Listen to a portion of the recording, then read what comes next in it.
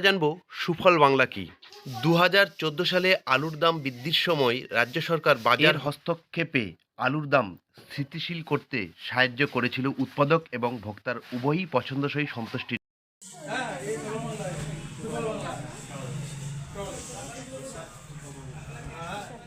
পরবর্তীকালে পুজোর পূর্বে সবজির দাম বৃদ্ধি পায়। তখন সরকার কৃষি বিপণন অনুশীলনে একটি ন্যায্য দোকান খোলার নিশ্চিত করে প্রতিশ্রুতিবদ্ধ ছিল, যাতে কৃষক এবং ভোক্তা উভয়ের স্বার্থে রক্ষা করতে হবে। এইভাবেই সুফল বাংলার জন্মের পথ প্রশস্ত হয়। সরকার 14টি মোবাইল কাউন্টার চালু করার মাধ্যমে যে যাত্রা শুরু করেছিল, তবে সব মসৃণ যাত্রা ছিল না। এই যাত্রায় কৃষকের উৎপাদিত ফসল জনসাধারণের রান্নাঘরে পৌঁছেছিলেন। রান্নাঘরে পৌঁছানোর আগে সুফল বাংলার হাবে বা প্রসেসিং সেন্টারে সেই ফলের আবার প্রসেসিং গুণগত মান যাচাই হয়। তার ফলে জনগণ পাবে সতেজ, তাজা এবং উন্নত মানের সবজি বা খাদ্য সামগ্রী। কৃষকের উৎপাদিত ফসল মাঠ থেকে কোনো এক মাধ্যমে জনসাধারণের রান্নাঘরে পৌঁছে যাবে। কৃষকরা পাবে কিছু পয়সা বেশি, জনগণেরা পাবে কিছু পয়সা কম। লাভ দুই পক্ষের। সরকারের এই চিন্তাভাবনাকে সাধুবাদ জানানো হয়েছে। সত্যি চিন্তাভাবনা খুবই সুন্দর।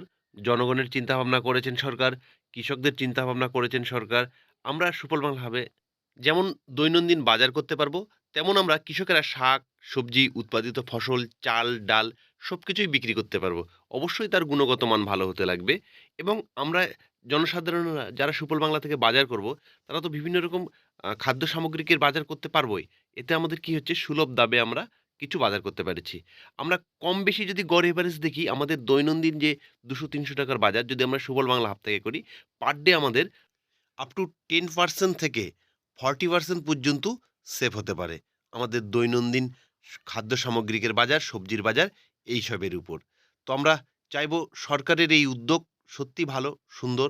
আমরা যদি সম্ভব হয় সুফল বাংলার যদি স্ট্র্যাটেজিক আউটলেট থাকে, আমরা সেখান থেকে অবশ্যই বাজার করব।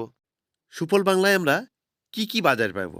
আমরা মুদিখানার সামগ্রী পাবো, কসমেটিক পাবো, নিত্য প্রয়োজনীয় শাক সবজি এই সকল পাবো। এছাড়াও আমরা আমাদের দৈনন্দিন জীবনের অনেক কিছুই পাবো, মশলা থেকে আরম্ভ করে অনেক কিছু। সরকারের এই চিন্তাভাবনা সত্যি সুন্দর। জানি না আমরা হয়তো এই প্রকল্পের সকলেই সুবিধা নিতে পারবো কিনা। বালুরঘাটে 2টি মোবাইল আউটলেট চলছে এবং বুনিয়াদপুরে স্ট্যাটিস্টিক আউটলেট চালু হয়েছে। এখানে কৃষকেরা তাদের উৎপাদিত ফসল বিক্রি করতেও পারবে এবং জনগণ এখান থেকে বাজার করে কিছু পয়সা সাশ্রয় করতেও পারবে। ধন্যবাদ।